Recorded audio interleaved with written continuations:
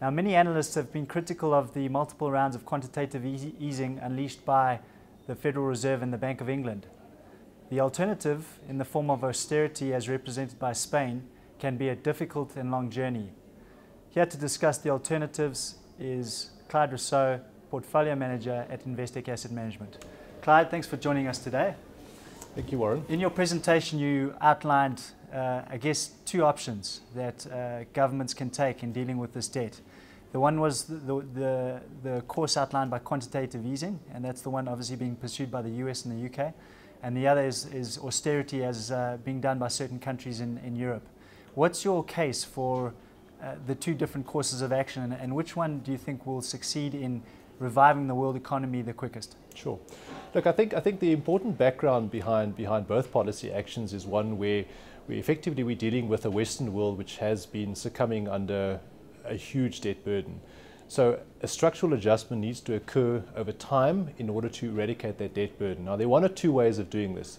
The first one would be a simple, complete and utter pay down of debt over time, and therefore we would have a complete implosion in markets, which has occurred. The last time we saw this big debt reduction was in the US between 1929 and 1933. And we all know that the Great Depression was a particularly uncomfortable period for most people. We saw 25% unemployment, the economy shrunk by 25%, and as a result of that, the US had to leave the gold standard. Now, that is the backdrop that we're dealing with now. So the circumstances in the last 4 or 5 years have been not too dissimilar in terms of an economic landscape to what we saw way back when. And therefore, people say, well, I don't understand why we're printing all this money. And the reason why we're printing all this money and the reason why central banks are so easy and so loose with monetary policy is because they're trying to prevent that trough and that massive dip that we got the last time. So therefore, when you analyze the actions of the Federal Reserve, you have to ask yourself the question, what would the alternative be? If we were to raise taxes and cut spending aggressively, what immediately results is you have falling economic growth, falling stock markets, and you develop a bit of a negative spiral on the way down. And that is commonly known as the austerity route, which ultimately ends up in a huge amount of social instability. So, like I said, we're dealing in a second best world. I think it's important to say that. We believe the route that the Americans embarked upon is going to be with us for quite some time. I don't think we're going to veer off that, and therefore we have to think very carefully about how we position a portfolio against that backdrop. Now, just in terms of that, what you're saying is effectively that the likes of Mr. Bernanke didn't really have any choice but to try and stimulate the American economy with quantitative easing. I don't think he had any choice whatsoever, because at the end of the day, if you think about what the Americans are trying to achieve, the Americans are firstly trying to achieve some sort of remnants of stability in terms of their underlying economy. They're trying to prevent deflation, which would be a terrible evil to inflict upon people. They're trying to stop people's pensions from falling, which would be reflected in a falling stock market in terms of a massive decline over time, and we try to prevent a massive increase in yields, which again would hurt people who hold fixed income investments.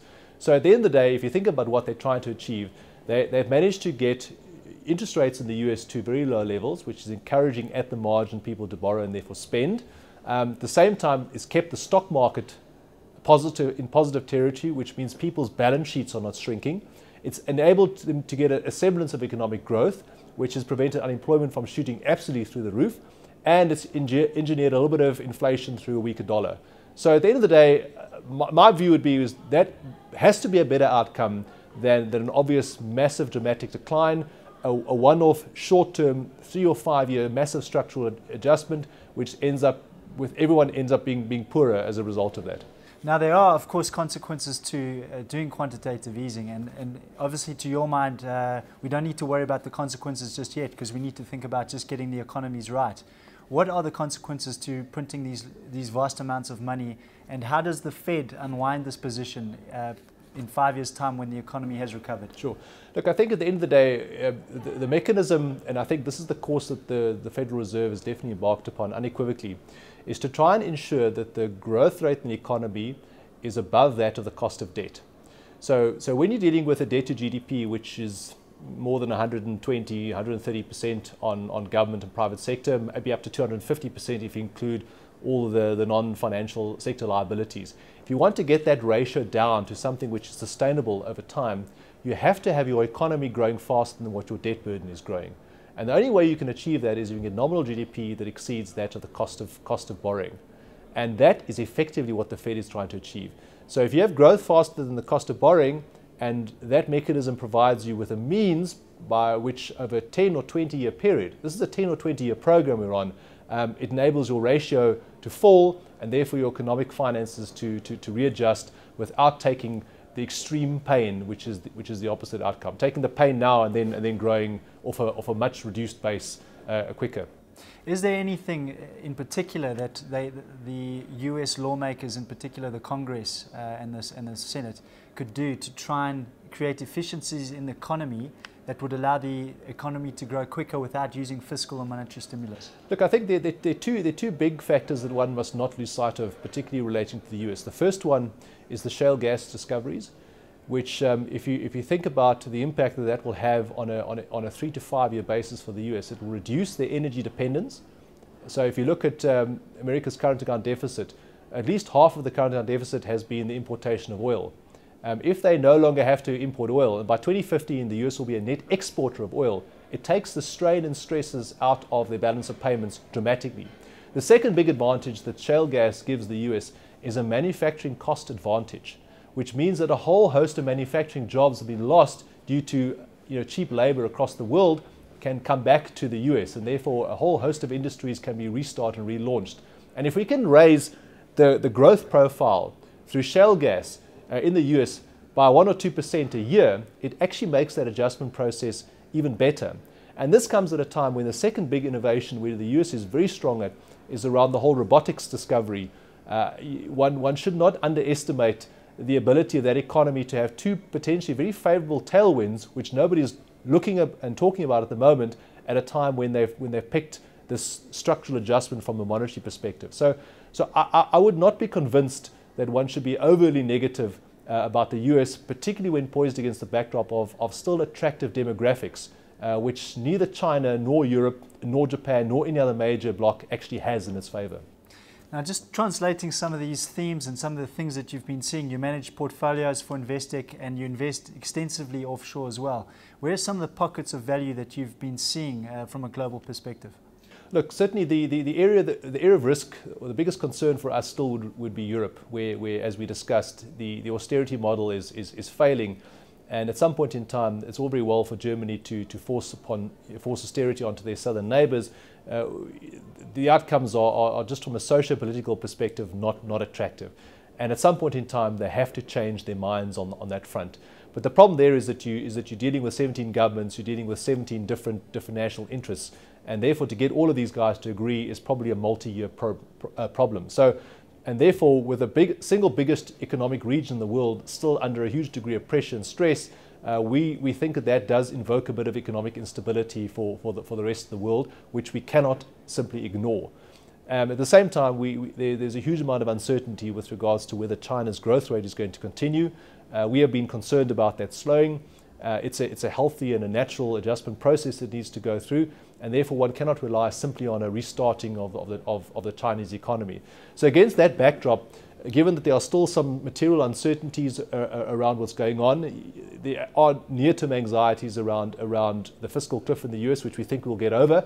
The best way of positioning your portfolio against that backdrop is still to buy what we would believe is one of the most underrated parts of the market, and that is earnings consistency, dividend investing, and investing in high-quality businesses, which still are able to generate decent returns through a proper measure of underlying earnings and free cash flow growth in order to be able to satisfy a need for a high single-digit, low double-digit dollar-based return for an investor, particularly in South Africa, where you get additional currency tailwind due to some of the own goals that we are scoring at the moment. Now, just in terms of that, it always surprises me to hear that when you have a market as big as the US and European bond markets paying dividend or interest yields that are negative in real terms, you can still tell me that you have lots of stocks to buy that are paying good dividends, good sustainability in earnings. what are some of the companies and the industries that you've been finding these opportunities in from a global perspective?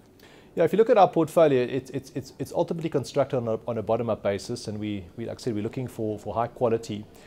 From a sector and a stock positioning, we found that a lot of those stocks have historically been within the consumer staples universe, but we're finding more and more ideas even within technology. For example, some of the bigger technology names out there, like Microsoft, like Cisco. Cisco has committed itself to paying a proper dividend going forward. And therefore, you've got companies that generate prodigious amounts of cash that are now starting to finally get their capital discipline together, in which case investors are being rewarded through increased dividend flow. So technology is certainly one area that does interest us. And then with regards to some of the names, we own stocks like Microsoft, we own stocks like Samsung. We own one or two tobacco names. Japan Tobacco is just fundamentally a mispriced tobacco stock in the global universe, with a great business for which there are some underlying changes going on in that company. And as a result of that, we can find a portfolio of high quality assets with good brands plugged into attractive growth markets that still trades on a reasonably attractive multiple of no more than 13.2 times 2012 earnings and 3.2% dividend yield, and yields more than 7% on a free cash flow basis. So that we find attractive. Just in terms of talking about some of the opportunities in the local market, you've talked about some of the constraints to employment in South Africa and some of the skills and the cost of skills in the local economy. What's your view on the actual demand for skills in this country, and what we need to put in place in order to ensure that our economy can grow at a rate that it can employ the large amount of people that are currently unemployed? Yeah, the single biggest near-term objective in my mind would be to solve the education issue, because if we don't have a well-functioning education system, we will not be producing the skills. In other words, people will not be leaving either colleges or matric with skills which are eminently employable. And if we could solve that, I think there are some structural labor issues in our own market which are typically related to skills, which means we can't find the right people to do the right sort of jobs. So even though we have 25% unemployment, a large part of that is skills related. So what you have is you have a massive imbalance where people with skills, and there's shortages of them, and therefore they are able to command relatively high income levels, and therefore earn quite a lot of money. And of course, if you're on the disenfranchised part of the market where you're unemployed and you have no skills, it creates the illusion that our society is becoming more and more unbalanced. And I do think that that's one area, like I said, from a social stability point of view, which we do need to address. And some of the warning signs are already being seen as a result of the recent events that have occurred within the mining sector.